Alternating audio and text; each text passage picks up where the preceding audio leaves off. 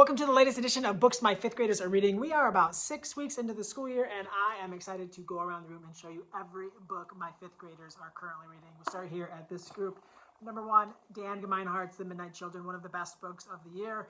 Unforgettable, one of my favorite books. I can't stop thinking about this book. Number 1, New York Times best-selling book. You have to read from the opening pages to the very end. This book is captivating, amazing, marvelous, fantastic. One of the best books I have read, maybe in my life, probably, without a doubt, one of the best books I have ever read in my entire life. I read this book for First Chapter Friday, read the first chapter, asked if anyone was interested in reading it, and the kid who's reading it is loving it. I keep looking at him, hoping he's going to like it as much as I do. So I finally went up to him hey, what do you think? He's like, I wish you would just let me keep reading it and not do all the other stuff during the school day. So that made me happy. The Midnight Children, check it out. It is phenomenal. Next up, Dive Wimpy Kid, number 1, the OG, the very first book in the series. How exciting is this? Kid, rediscovering the series, rereading the series, or discovering it for the first time. This is definitely a reread. Dive Wimpy Kid, the first book. Check out this beautiful new graphic novel called Speak Up. I haven't read it, but it does look gorgeous. I am so excited to read it. It sounds just totally amazing. And here it says, 2 identities, 1 girl with a big voice ready to speak up. It sounds really, really cool. So looking forward to reading that. Garbage Pail Kids. This series has been hopping around the classroom. One of my 5th graders, I'd seen it, but I hadn't read it. Still haven't read it. One of my 5th graders was telling me about how it's just so awesome. We read it last year. And now a bunch of kids have been reading it. So I love when the kids are getting the other kids excited about books. It makes me so stinking happy. I remember the Garbage Pail Kid cards when I was a kid, so that's exciting. The Tiger Rising by K.D. Camillo. I couldn't find my classroom library book, so when one of my 5th graders wanted to read it, so he went down to the library, picked this up yesterday. He read it aloud. His teacher read it aloud last year in his class. And I love when kids read aloud the books, read to themselves the books that their teachers read aloud to them in the past. Happy. And Stick Dog. I noticed this isn't the only stick book being read. I think there's another Stick Dog or Stick Cat around here somewhere, but that's fun. Last year, hardly any kids read these, so it's great to see Tom's books are popular this year. Stick Dogs. That's the first table. Let's see what we have at the next one. Puppy Place, Fluffy and Freckles. We were actually at the library earlier, and I saw this. It was sitting on top of one of the shelves, and it looked so cute. I was so hoping that someone would pick it up, and they did. How could you not? How could you not, as an elementary student, see that and not want to read that? So, series always popular. That one looks fun. It's like a goat or a lamb. Probably should know that. One of the best, right? One of the best middle grade novels we've had in a long time. Barbara O'Connor's How to Steal a Dog. One of the easiest books ever to book talk. So stinking easy. Such an amazing book. A kid sitting over there at a group, the next group will be at, read this earlier this year. A friend of the kid currently reading it. And don't you just love when books get passed from kid to kid? I didn't book talk this. I didn't First Chapter Friday this. A kid read it. Another kid, one of their friends either saw them reading it or they talked about it. And now another kid's reading it. That's what I want to see. That's kids moving towards independence right there. How to Steal a Dog. And then another one of the kids reading The Garbage Pail. This is the first one, maybe? Yeah, this is the first one. Welcome to Smellville. I'm sure you're all adding these to your to-read list if you haven't already.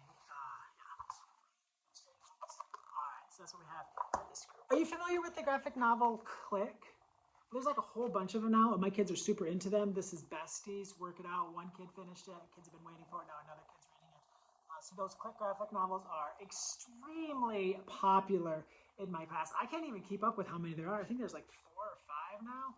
6 maybe? I don't know. They just keep coming out. We keep buying them. Kids keep reading them. Let's go. Next up we have Last Kids on Earth, another amazing series. And did you hear that there's about to be a spin-off to this? Where the last kids on Earth realize like they've read all of the books in their favorite comic book series, so they decide to make their own. Like they just keep telling the story. Oh, it sounds so good. So that's coming, I think, next spring. But Last Kids on Earth, this is the 8th book. I believe it's the latest book in the series. I just got this one. Dive Wimpy Kid, Big Shot. This kid told me that he's read all but 2 Dive Wimpy Kids, and the new one's coming out soon. So he's trying to clean up that series, complete that series, so that he can be ready when the new one comes out here shortly. And another Stick Dog. We do have another Stick Dog in the house. Tom Watson's book. If you have, just in case you haven't seen these, just check it out. Who wouldn't want to read that? Right? It's a lot of the kids. Some of the more intense words on a page, like The Midnight Club and How to Steal a Dog. Some of those books are a little intimidating to them, and they want to try something maybe different from the graphic novels they've been reading. So kind of moving into that illustrated novels and trying some of those. It's fun to see. Stick Dog. They're reading so many amazing books. Diary of a Pug. Have you seen this? I haven't seen this, but the kids were telling me about it. They saw this one in the library, and they had read other ones in the past. So they wanted to read this. And you know what? That's awesome, right? Look how beautiful that is. Look how fun that is. I know they're fifth graders. I know this is branches. If a kid wants to read a book, like, let them read the book. You're going to read this in like 10 minutes and love it. And that just makes me so happy. Next up, Alone. This book I was talking about with another reader who was reading it in the last video. It's passed on once or twice since then.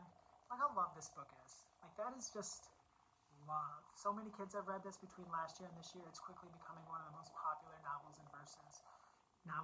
One of the most popular novels in verse in my class this year. It's phenomenal. It was the most popular novel in verse last year. Alone, Megan Freeman. Check it out. It's like Hatch's intensified, extended city. I don't want to say anymore. Read Alone. So good. Another kid reading The Last Kid on Earth. I didn't have a lot of kids reading these last year, so it's so fun to see different series are popular different years. That's always fun. Fun. And then two kids at the same group reading this. Isn't that fun? Like a little book club at their table. Reading a book with their table mates. And I don't remember which one goes to which kid. Whoops. We'll figure it out. 7th grade, Tales of 7th Grade Lizard Boy. I recently read this graphic novel. I loved it, like way more than I thought I would. I just couldn't stop. And then the end made me so excited for another book in the series. This kid who's reading it, I'm like, he's like, I'm reading it again. I just finished it and started reading it. It's just so good. So that's the sign of an amazing new book. When a kid reads it, turns that final page, flips the book over, and starts again. Oh, look at that. Check this out. If you teach like 4th, 5th, 6th, 7th, 8th grade, this is an awesome graphic novel that the kids are going to eat up. So stinking good. We're on our final group, but before I talk about the books that they're reading here at this group, please consider subscribing to this channel if you are new, or if you haven't done so already. You can be notified anytime I share a new video. I try to post one of these every couple of weeks and do all kinds of other videos that, to try to help teachers, help kids fall in love with reading. Let's look at what this last group is reading. Hilo, The Boy That Crashed from Earth series, one of the best graphic novel series to come out the last handful of years. I think we're up to 6 or 7 of these. Kids can't get enough. They always want to know, when's the next Hilo? When's the next Hilo? When's the next Hilo? Never quick enough. They love it so much. So keep working, Judd. Keep working on those. Oh, I was so excited for this. This kid has read a couple of non-informational books on World War I and World War II. And he's really into informational. And he was like struggling to find something new that he could kind of dive into. And I showed him Nathan Hale's Hazardous Tale series. And he was floored. So excited. And this is the one that he chose, and he was telling me about it today. His book takes place like a little after the bombing of Pearl Harbor. Stuff I didn't even know about. And I'm like learning all this stuff through him, which is so exciting. Just how excited he was made my heart so happy. Long Distance. I've had this graphic novel for a while, and I haven't had a kid read it, but the kid who's currently reading it keeps telling me about it, and she's just so into it. And I'm hoping that her passion for this book turns into her being able to encourage other people to read it. Maybe they'll love it as much as her. That's what it's all about.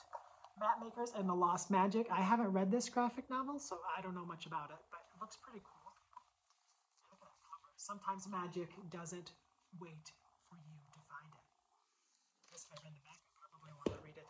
PB&J. Kid just got this from the library. I don't know anything about this, but they were all saying, new PB&J. I haven't read that PB&J. So they were excited. I love when they go to the library and I can see and hear from the librarian talk about the books that they had read last year, the series that they were fans of, and it helps me get to know their reading preferences and their history as readers, their reading journey, all that kind of stuff. So it's exciting.